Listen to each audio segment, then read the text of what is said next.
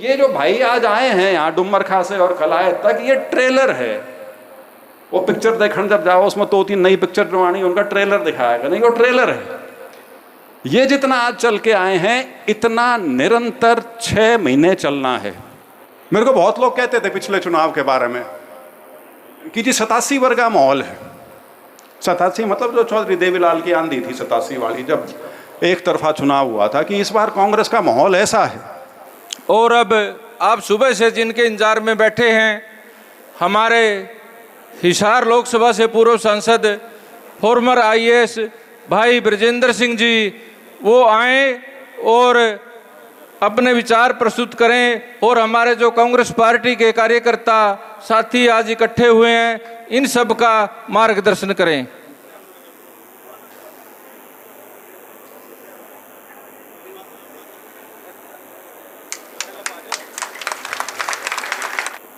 कांग्रेस जन अभियान के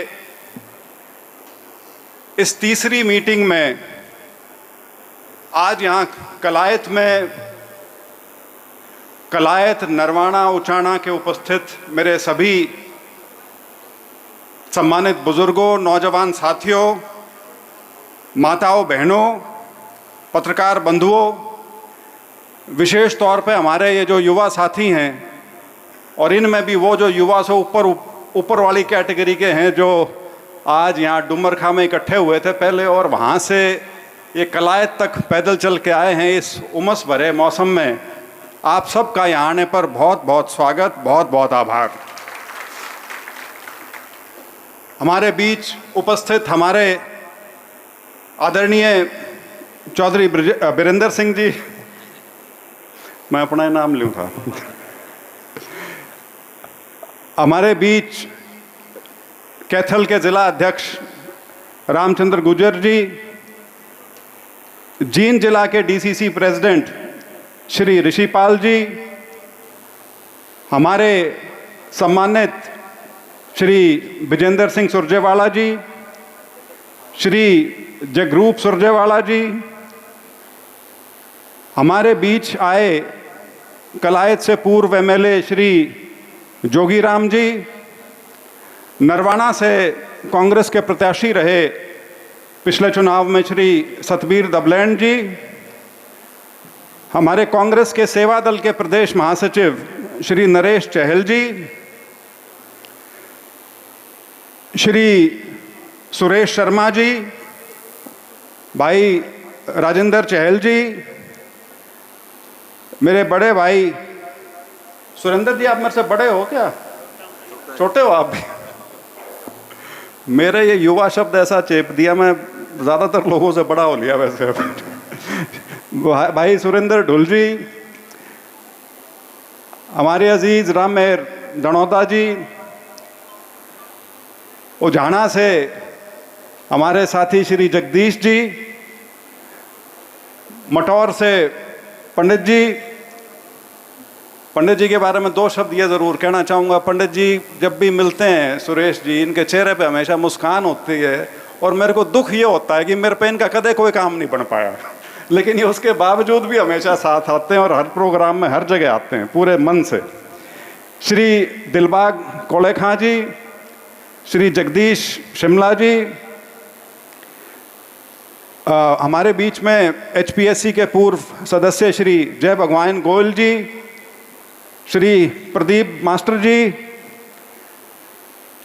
हमारे सम्मानित पूर्व सरपंच रहे श्री मांगेराम जी, श्री अजमेर जी सरपंच, लिल्लू जी, जयवीर खेड़ी शेरखां जी, श्री देशराज प्रजापति जी,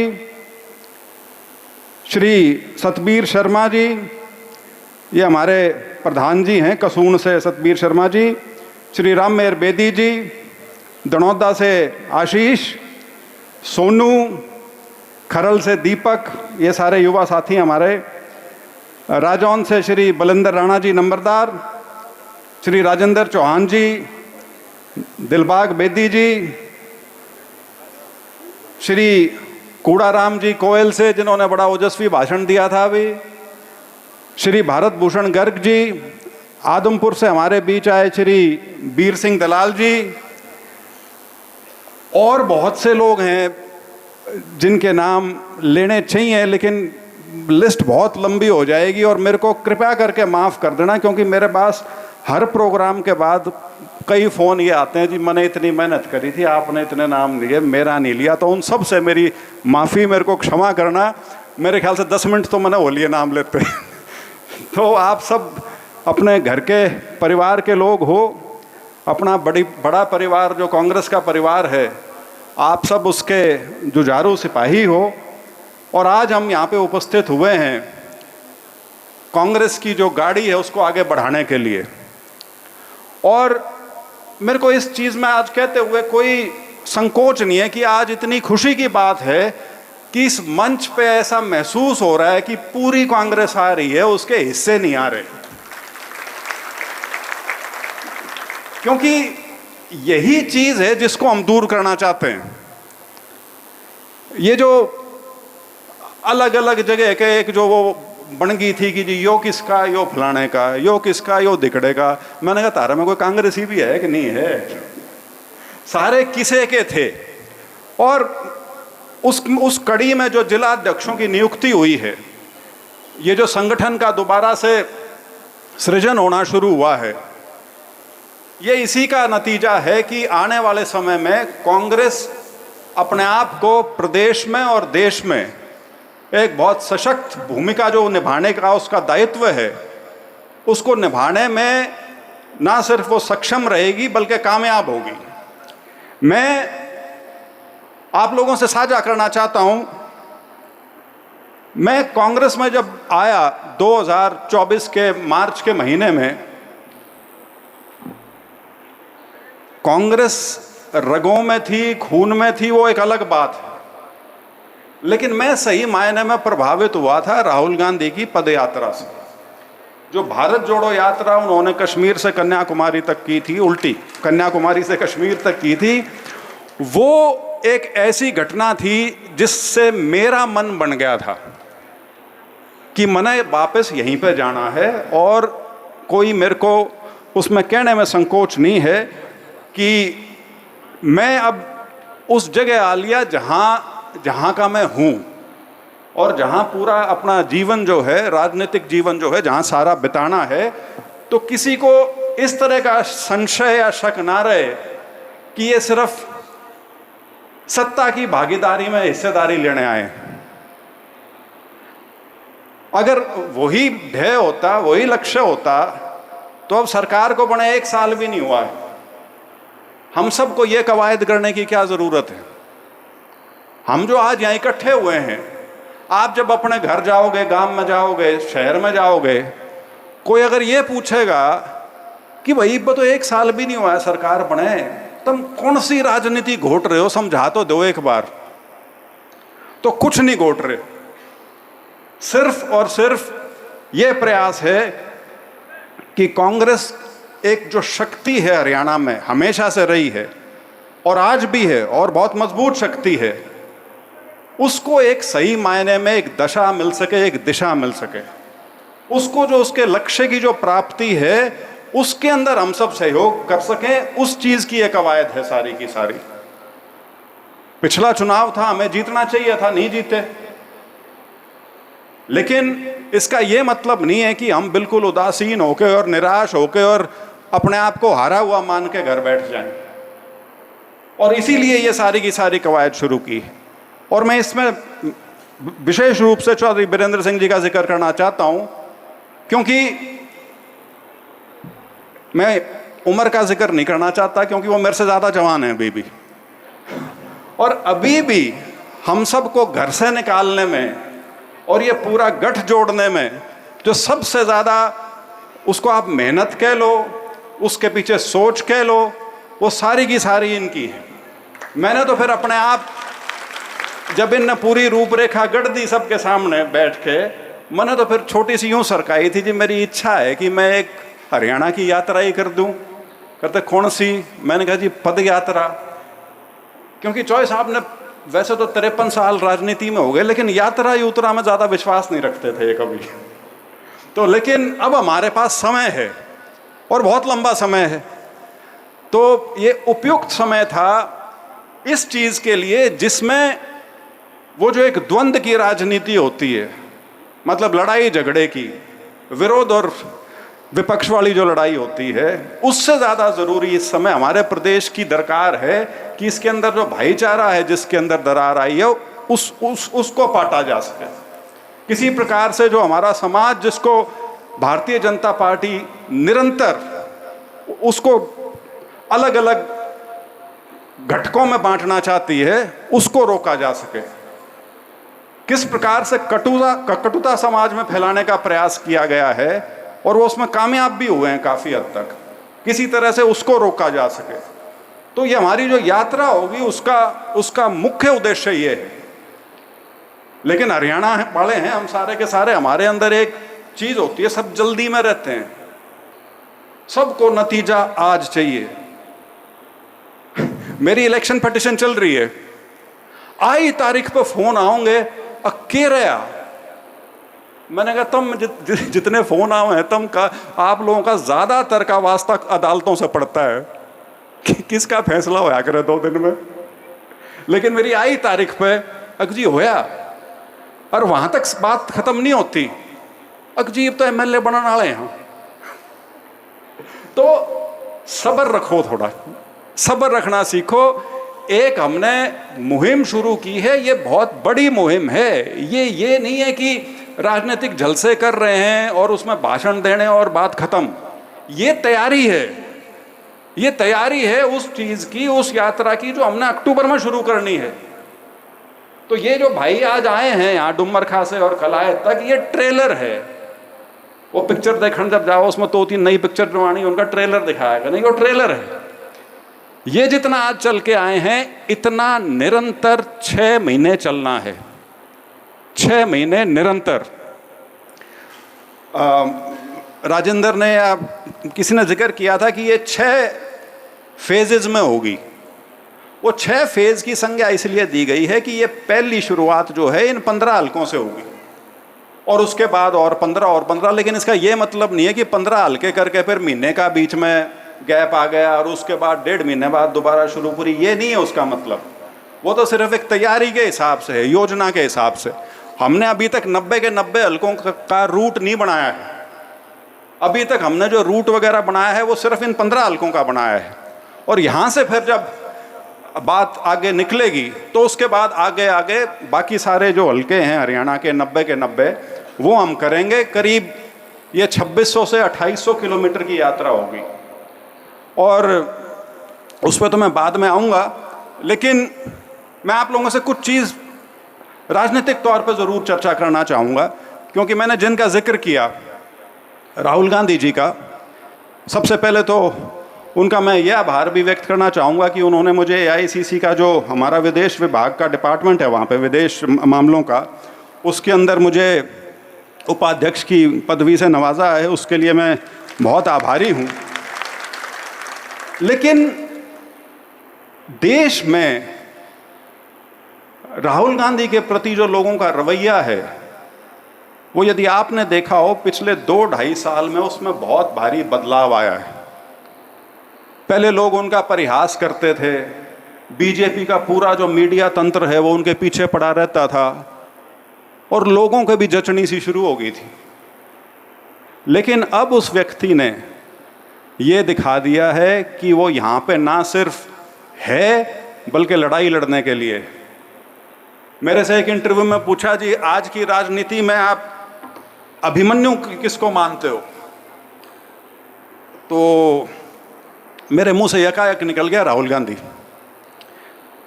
तो नहीं बोले, जी ये तो आपने नाम ले दिया, लेकिन अभिमन्यु को तो महाभारत में उसका वध कर दिया था। मैंने कहा घेरने में तो कोई कसर नहीं छोड़ रखी, चक्रव्यूह रचने में तो कोई कसर नहीं छोड़ रखी। और वो व्यक्ति इकलौता ऐसा व्यक्ति है हरियाणा की देश की राजनीति में, आप सोच के देखना, कभी मैं किसी और का नाम नहीं लूंगा, लेकिन इकलौता व्यक्ति है जो आरएसएस और बीजेपी को पहले दिन से विचारधारा के स्तर पे उनसे सीधी टक्कर लिए बैठा है। उस टक्कर के माध्यम में उसने 4000 किलोमीटर देश नाप दिया पूरा, पहले दक्षिण से उत्तर और फिर 3500 किलोमीटर पूर्व से पश्चिम तक। उस लड़ाई के लिए छोटापन दिखाते हुए सरकार ने अदालतों के माध्यम से उसकी लोकसभा की सदस्यता खत्म करी। कोई गुनाह नहीं था वो लेकिन उसकी सदस्यता खत्म करवाई। वहां तक बात खत्म नहीं हुई। उसके बाद उसका जो सरकारी घर था एमपी होने के नाते, उसको उससे निकाला गया, उससे बेदखल किया गया। लेकिन तब तक वो लोगों के दिल में घर कर चुका था और उसका नतीजा एक हिसाब से जो 2024 का जो लोकसभा का चुनाव था उसमें आप सबके सामने आया। पहले हमको भी बड़ा अटपटा सा लगता था कि संविधान खतरे में है, लेकिन वो तो चुनाव जब हो लिया उसके बाद समझ में आया कि ये चीज़ लोगों ने किस कदर पकड़ी थी। खास तौर पे जो गरीब वर्ग है हमारा, जो कमज़ोर वर्ग है समाज का, उसको ये बात समझ में आ गई थी। और यूपी जैसा प्रदेश जहाँ पे ये जो बीजेपी और संघ की जो एक उनका जो संघर्ष था निरंतर राम मंदिर बनाने का, वो पूरा हुआ जनवरी 2024 में।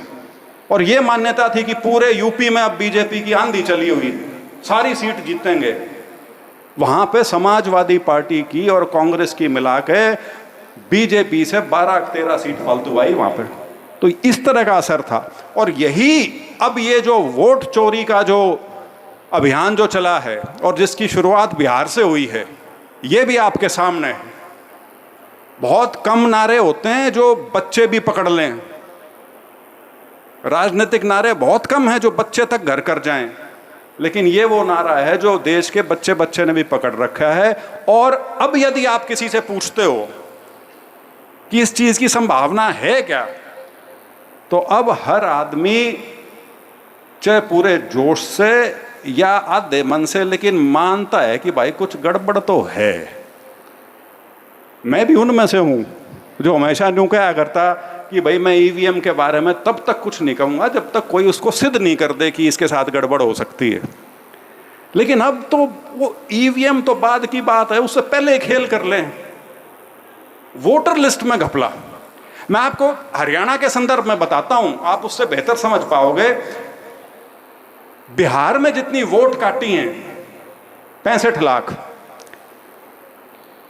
औसतन वहां 243 हल्के हैं टोटल, औसतन 27,000 वोट कटी हैं हर हल्के में। 27,000 वोट। आप ये सोच के देखो, अपने हल्के जो करीब 2 लाख 2.25 लाख के हैं, उसमें यदि 27,000 वोटर काट दिया जाए तो क्या पूरा का पूरा इलेक्शन पलटा नहीं जा सकता? सारा का सारा इलेक्शन। क्योंकि अंतर कितने होते हैं, कहीं 2,000 के, कहीं 5,000 के, कहीं 10,000 का। बड़ी जीत वाले तो कोई 10-12 कॉन्स्टिट्यूंसी होती है, बाकी तो सारियों में मुकाबला बहुत सख्त होता है। तो 27,000 वोट यदि जहाँ काट दी जाएंगी तो उसके बाद इलेक्शन ही कहाँ रह गया। लेकिन उसके बावजूद उन्होंने वहाँ पे पूरा जो संघर्ष किया हुआ है, जिस प्रकार से उनकी यात्रा चली है वहाँ पे, और जिस प्रकार से लोग उस यात्रा में उमड़े हैं, वो अपने आप में पूरे देश के लिए एक नमूना है। यहाँ तक कि अब बंगाल में, क्योंकि अगला चुनाव वहाँ होना अगले साल, वहाँ पे भी ये सुसराहट शुरू हो चुकी है कि अगर इस कोर्ट प्रक्रिया को, इलेक्शन कमीशन की जो ये मनमानी चल रही है, इसको यदि नहीं रोका गया तो ये तो इलेक्शन होने से पहले इलेक्शन ने काबू करने का प्लान बना रखा है पूरे देश का। राहुल गांधी ने कहा था जो ये किसान कानून लाई थी बीजेपी, ये गलत हैं, हम वापस करवाएंगे। लोग हंसा करते, वापस हुए। राहुल गांधी कहता था कास्ट सेंसस हम करवाएंगे और इस बीजेपी सरकार से करवाएंगे, और बीजेपी के सबसे बड़े से बड़े नेता कहा करते ये देशद्रोह की बात है, ये फलानी बात है। आज के दिन वही बीजेपी कास्ट सेंसस कराने के ऊपर सहमत है। राहुल गांधी जीएसटी के लिए कहता था कि हमारे व्यापारी वर्ग के साथ, और खासतौर पर जो छोटा व्यापारी है, छोटा दुकानदार है, छोटा बिजनेसमैन है, उसके लिए घातक है, उसके लिए एक नुकसान की चीज़ है, उसका मजाक उड़ाया करते। आज के दिन वही बीजेपी है, वही जीएसटी में जहाँ पे कल तक 6 स्लैब होया करते, वो 2 स्लैब की बात करने पे आ गए। यही चीज़ जो वोट चोरी वाली है, जो आज के दिन बिहार से शुरू हुई है, जिसका पहला जिक्र महाराष्ट्र से किया गया था, ये भी पूरे देश के अंदर फैलेगी और मुझे पूरा विश्वास है कि ये जन आंदोलन का एक रूप लेगी। उसके अलावा हरियाणा की यदि मैं बात करूं तो मेरा, सही बताऊं, हरियाणा के बारे में ना बात करने का मन सा नहीं करता, क्योंकि बीजेपी ने कुछ नहीं करा, कुछ नहीं करा, कोई नौकरी नहीं दी, कोई किसानों के लिए कुछ नहीं किया, कमेरे वर्ग के लिए कुछ नहीं किया, और फिर भी जिता दे हैं, फिर भी जिता दे हैं। क्या बात करे आदमी? क्यों? क्योंकि आप लोगों को वो बंटवारे का काम बड़ा सुथरा कर दें, वर्गों में वर्ग ढूंढ लेते हैं और उनमें फिर तड़का लगा देते हैं, और वो एक घूम फिर के हम वही उसी छोटी छोटी राजनीति में आके और अपनी वोट खराब कर लेते हैं। मेरे को बहुत लोग कहते थे पिछले चुनाव के बारे में कि जी 87 वर्ग का माहौल है। 87 मतलब जो चौधरी देवीलाल की आंधी थी 87 वाली, जब एक तरफा चुनाव हुआ था, कि इस बार कांग्रेस का माहौल ऐसा है। लेकिन वो इलेक्शन आते आते आते आते हम जहां थे वहीं अपनी अपनी जगह जाके बैठ गए, सब भूल गए कि 10 साल में इन्होंने क्या किया नहीं किया।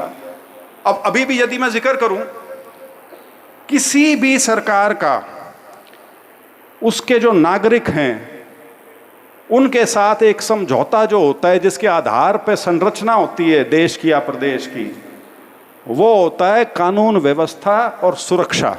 ये दो चीज, बाकी सारी चीजें इसके बाद निकलती हैं, बाकी जो लोगों के हित की योजनाएं हैं वो इसके बाद निकलती। पहली चीज ये है, और एक चीज जिसके ऊपर बीजेपी कोई जवाब नहीं देती, कोई बात नहीं करती, वो है कानून व्यवस्था।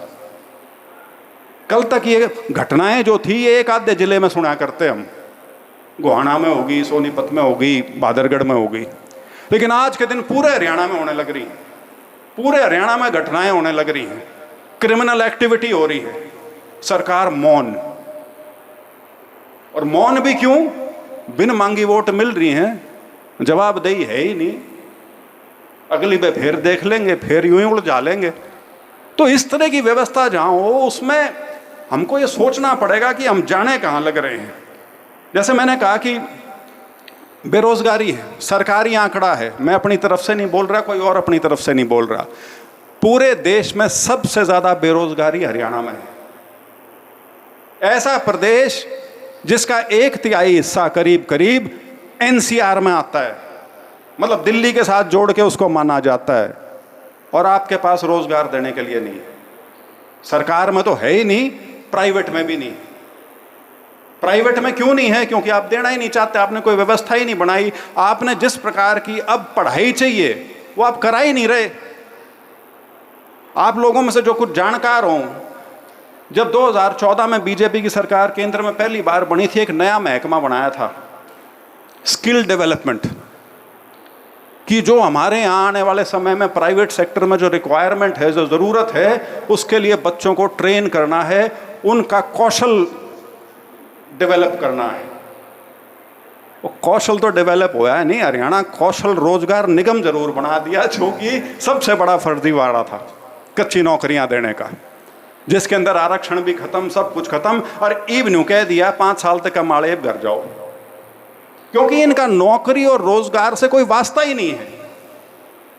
जब उनका प्रमुख मुखिया जब पकौड़े तलने को नौकरी की संज्ञा दे सकता है या रोजगार की संज्ञा दे सकता है, तो आप उनकी मानसिकता समझ सकते हो। उनको आपके पढ़े लिखे बच्चे के लिए रोजगार मुहैया कराने में कोई दिलचस्पी नहीं है, क्योंकि उनकी सोच ही दूसरी है। उस पर मैं कभी किसी और दिन आऊँगा, लेकिन अब मैं मोटे तौर पे आपसे यात्रा के बारे में जिक्र करना चाहूँगा, क्योंकि ये हमारी अक्टूबर के महीने में शुरू करेंगे। अभी तक तो यह है कि शायद 2 अक्टूबर तारीख हो सकता है, 1-2 दिन आगे पीछे भी हो जाए। और मैं आपके सामने आपके जो 3 हलके हैं, उनमें से 2 हलकों का रूट भी आज आपको बताना चाहूँगा कि कहाँ कहाँ से ये चलेगी यात्रा। पहला है जी नरवाना का रूट। नरवाना में पहला दिन है नरवाना शहर से नरवाना गांव, दरौदी, लोन और धमतान साहब, एक रूट है ये। दूसरा रूट बनेगा जी धमतान साहब से शुरू होगा, कालवन, बलियावाला, कमालवाला, टोहाना। टोहाना मतलब दूसरा हल्का आ जाएगा, जिला भी दूसरा हो जाएगा, वहाँ जाके ये ख़त्म होगा। कलायत का रूट है नरवाना NH का जो मोड़ है, वहाँ से डाकल, ढाकल से शिमला, शिमला से हथो, हथो से पिंजूपुरा और उसके बाद कलायक। ये बच्चे जो आज जिस रूट पे आए हैं ये यही वाला रूट है, करीब 17-18 किलोमीटर का है। और दूसरा दिन जो कलायत हल्के का है वो कलायत से शुरू करके उसके बाद रामगढ़ पांडवा, चौसाड़ा, बाड़ू, कसाण, तारागढ़ और किठाना। ये ज़्यादा लंबा तो नहीं हो गया? चलो तो देखेंगे, इसको एक दिन में करेंगे या 2 में बांट के करेंगे। लेकिन ये नरवाना और कलायत का ये रूट है। और उचाना का जो रूट है एक दिन का तो हमने बना रखा है, वो तो बड़ा सीधा है, खटखट टोल से लेके और नरवाना तक वो सीधी सड़क है। और दूसरा रूट उसका अभी बनाना है। अब मेरा आपसे निवेदन ये है कि इस यात्रा में आप अलग अलग तरीके से जुड़ सकते हो। इसमें आप लोग संगठन या समूह के नाते जुड़ सकते हो। आपका वकील हो सकते हो, प्रोफेसर हो सकते हो, आप किसी खाप के सदस्य हो सकते हो, आप किसी समाज सेवी संस्था के सदस्य हो सकते हो। किसी भी इस प्रकार की चीज़ से यदि आप जुड़े हुए हैं और यदि यात्रा का हिस्सा आप बनना चाहें तो वो आप बन सकते हैं। इसी प्रकार से जो लोग इस यात्रा में साथ चलने के हिसाब से यदि सोचें तो उसमें भी 3-4 कैटेगरी बनती हैं। एक कैटेगरी पहली तो ये है, जो जिस गांव में या जहां से पहले दिन शुरू करना है वहां से आप शुरू करें हमारे साथ, और अगला गांव जो है वहां तक आप चल दें, 2 किलोमीटर हो, 4 किलोमीटर हो, या उस दिन का जो रूट है 15 से 20 किलोमीटर का जो होगा आप उसमें हमारे साथ चल दें। एक कैटेगरी तो होगी ये, एक दिन का, या एक गांव से दूसरे गांव तक, या जहां जिस गांव से निकलेंगे वहां जुड़े 200-400 गज साथ चले और उसके बाद यात्रा आगे चल दी। फिर तीसरी श्रेणी आती है वो लोग जो पूरे हल्के में चलें। हल्के का मतलब आम तौर पर 2 दिन है, कुछ हल्के हो सकता है जहाँ 3 दिन लगाने पड़ जाएं क्योंकि उनके रूट नहीं बन पाते। तो कहीं इक्का दुक्का हल्का ऐसा भी होगा जहाँ 3 दिन की यात्रा होगी। तो अगर आप हल्के के हिसाब से जुड़ना चाहें तो एक आप वो जुड़ सकते हैं। और इसके बाद है फिर जिसको आप कह सकते हो कि लंबे रूट के यात्री। आप हफ्ते के लिए जुड़ सकते हो, आप 15 दिन के लिए जुड़ सकते हो, आप महीने के लिए जुड़ सकते हो। और यदि कोई साथी या भाई ऐसे हैं जो पूरी यात्रा में साथ चलना चाहें तो उनका भी बहुत स्वागत है, क्योंकि हमको इसकी जो तैयारी है वो करनी पड़ेगी। क्योंकि ऐसा नहीं हो सकता कि हम 400 आदमी लेके साथ चलें। 400 एक दिन में तो हो सकते हैं, 400 हो जाए, 1000 हो जाए, कोई ऐसी बात नहीं है। लेकिन 400 लोगों को साथ लेके नहीं चल सकते निरंतर, क्योंकि रोज़ का इंतज़ाम करना 400 लोगों का आसान नहीं होता। आपको मैं एक छोटा उदाहरण देता हूँ। बहुत से लोगों ने सुना होगा, क्योंकि भारत की सबसे मशहूर यात्रा जो है वो हुई थी राहुल गांधी की यात्रा से पहले, महात्मा गांधी की दांडी यात्रा जो उन्होंने करी थी साबरमती तक, साबरमती आश्रम से, और कहाँ तक गए थे, दांडी तक। दांडी समुंदर किनारे था। वो यात्रा 380 किलोमीटर के आसपास थी। और उसमें जो गांधी जी जो अपने साथ लेके चले थे, जो उस पूरी यात्रा में 380 किलोमीटर उनके साथ रहे थे, वो संख्या सिर्फ 70 या 72 की थी। लोग रास्ते में जुड़ते चलते हैं, लेकिन वो जो निरंतर साथ चलने वाला समूह है वो हमारा ये मानना है कि 125 से 150 उससे ज़्यादा बड़ा नहीं होना चाहिए। और यदि आप किसी भी तरह से इस यात्रा से जुड़ना चाहते हैं, मेरा आपसे अनुरोध है, मैं एक नंबर आपके साथ साझा करना चाहूँगा। अगर कोई पेन कागज़ या मोबाइल ले रहे हैं तो बेशक से उस नंबर को आप नोट कर लो। कोई भी आप खुद या आपके कोई जान पहचान वाला उस यात्रा से जुड़ना चाहता है तो आप उनको ये नंबर दे देना है। इस नंबर पे बात कर लेंगे, अपना नाम, पता और नंबर वगैरह नोट करा देंगे, और किस प्रकार से वो इस यात्रा से जुड़ना चाहते हैं वो भी बता देंगे। तो ये नोट कर लें आप, 98 13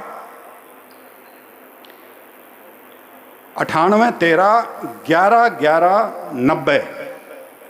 मैं एक बार दोबारा बोलूँगा, 98 13 11 11 90। अशोक है हमारा साथी। हमने ये इसलिए किया है ताकि ये फैले ना। किसी ने मेरे को बात करके बता दिया कि जी मैं आना चाहता हूँ, किसी ने किसी दूसरे को कह दिया जी मैं आना चाहता हूँ, तो उसकी बजाय ये है कि सारी की सारी इस तरह की जो भी सूचना है वो एक ही जगह पे जाए, ताकि फिर हम उसके बाद उसको डिसाइड कर सकें।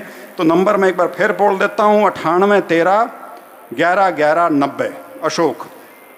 तो ये मोटी मोटी रूपरेखा थी। जो इन 3 हलकों का यदि दिन के हिसाब से बात करें तो मेरे ख्याल से ये तीसरे राउंड में आएंगे। हालांकि अभी तक हमने जोड़े नहीं हैं हलके कि कहाँ ख़त्म करके उसके बाद कौन से हलके में जुड़ना है, ये जोड़े नहीं हैं। लेकिन मोटी मोटी रूपरेखा ये है कि पहले राउंड में जो 15 हलके हैं, जिनकी ये मीटिंग भी हम करने लग रहे हैं 3-3 हलकों के हिसाब से, 3 हलके हैं जुलाना, सफीदों और जींद। फिर 3 हलके हैं नारनौंद, हांसी और बवानी खेड़ा। फिर 3 हलके हैं नरवाना, उचाना और कलायत। फिर 3 हलके हैं उकलाना, बरवाड़ा, हिसार। और फिर 3 हलके हैं नलवा, आदमपुर और फतेहाबाद। ये 15 हलके, इसको आप पहले राउंड कहना चाहो तो ये पहला राउंड है। इसके बाद दूसरा राउंड जो है वो भी हमने सोच रखा है, वो पूरी जो आपकी भिवानी महेंद्रगढ़ लोकसभा है, 8 हलके तो उसके हैं, एक को छोड़ के। एक हलका थोड़ा साइड में पड़ता है, इसलिए उसको अभी नहीं करेंगे। ये आपका नांगल चौधरी से शुरू होकर और ये तो शाम तक जाएगा। 8 हलके वो पड़ते हैं, जिसके अंदर 3 तो हो गए ये महेंद्रगढ़ के, और फिर चरखी दादरी के 2 हो गए, और उसके आगे आपके भिवानी जिले के हो गए। उसके बाद फिर आपका ये महम, कलानौर, मेरे ख्याल से इसराना है, इसराना और गोहाना इस साइड में आएंगे। 15 हलके ये हैं, ये दूसरे राउंड के हैं। तो ये मोटी मोटी योजना है। मेरा सभी साथियों से अनुरोध है कि इसके अंदर बढ़ चढ़ के भाग लें, क्योंकि इसके अंदर किसी प्रकार का राजनीतिक कटुता या राजनीतिक द्वेष उसका संदेश नहीं है। संदेश जो है वो समाज को एक करने का है, 36 बिरादरी का जो भाईचारा है उसको बनाए रखने का है। उस तर्ज पे हम चलेंगे। आप ये कह सकते हैं कि ये करीब करीब उसी तरह से है जैसे भारत जोड़ो यात्रा थी। उसमें भी किसी प्रकार की कटुता की बात नहीं थी। उसमें भी यही था कि देश में जो एक विभाजन समाज में किया जा रहा है धर्म के नाम पे, उसको एड्रेस करने की बात थी वो। तो जो भी साथी इसमें भाग लेना चाहें, और भैया जो लंबा चलना चाहते हैं, मेरा उनसे अनुरोध है, हालांकि वैसे आप मेरे से सारे ज़्यादा ठाडे हो, खेत खूद का काम करते हो, मजबूत लोग हो, लेकिन कोई माड़ा काम नहीं है यदि आप अभी से और जब तक शुरू करें 5-7 किलोमीटर रोज सैर करते रहा करो। तो इन्हीं शब्दों के साथ मैं एक बार पुनः आप सबका धन्यवाद करता हूँ। इस मौसम में आप बैठे हो यहाँ पे, एक गर्मी से भी ज़्यादा खतरनाक मौसम है, उमस वाला, और उसके बावजूद आप लोगों ने सबकी बात को इतने धैर्य से सुना, उसके लिए मैं आपका धन्यवाद करता हूँ। और वो सभी साथी, वो सारी टीम जिन्होंने आज इस प्रोग्राम का आयोजन करने में अपना बिल्कुल खून पसीना एक कर रखा था, उनको भी मैं बहुत बहुत बधाई देता हूँ। और विशेष तौर पे बधाई दूंगा जो हमारे नए जिला अध्यक्ष कांग्रेस के जो नियुक्त हुए हैं, जींद से ऋषिपाल जी और कैथल से हमारे रामचंद्र गुजर जी। आपका जो आने वाला कार्यकाल है वो कामयाब रहे, लेकिन उसे कामयाब करने के लिए आपका प्रयास पहला और आखिरी यही होना चाहिए